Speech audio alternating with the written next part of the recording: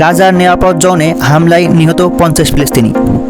গাজায় মানবিক নিরাপদ জোন বলে পরিচিতি আল মাউসিতে ভয়াবহ হামলা চালিয়েছে ইসরায়েল। এতে শিশুসহ কমপক্ষে 50 ফিলিস্তিনি নিহত হয়েছেন। আহতের সংখ্যা অনেক। ব্যস্তচ্যুত ফিলিস্তিনিদের অস্থায়ী তাঁবুর আবাসনে শনিবার এই হামলা চালায় ইসরায়েল। একই সঙ্গে তারা হামলা চালায় একটি পানি বিতরণ ইউনিটে। ইসরায়েলি বাহিনী আগে থেকেই নিরাপদ বলে ঘোষণা দিয়েছিল। তারপরও সেখানে এই ভয়ঙ্কর হামলায় গাজাবাসী অস্ত্রভীত সংস্কৃত। ঘটনাস্থল থেকে যেসব ছবি ও ভিডিও ফুটেজ পাওয়া যাচ্ছে তাতে ধ্বংসস্তূপের নিচ থেকে লোকজনকে উদ্ধার করতে দেখা যাচ্ছে। এর মধ্যে আছে শিশু এবং প্যারামেডিক। দিয়ের আল বেলা থেকে আল জাজিরার সাংবাদিক তারেক আবু আজম বলেন, এটা হলো ইসরায়েলি বাহিনীর চালানো নতুন এক গণহত্যা। এই এলাকায় কমপক্ষে 5টি বোমা এবং 5টি ক্ষেপণাস্ত্র মারা হয়েছে।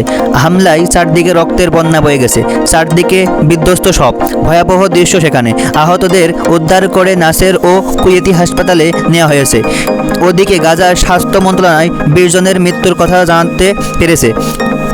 খান ইউনিসের নাসের হাসপাতালে নেওয়া হয়েছে আহত 50 ফিলিস্তিনিকে। তাদের অনেকের অবস্থা আশঙ্কাজনক।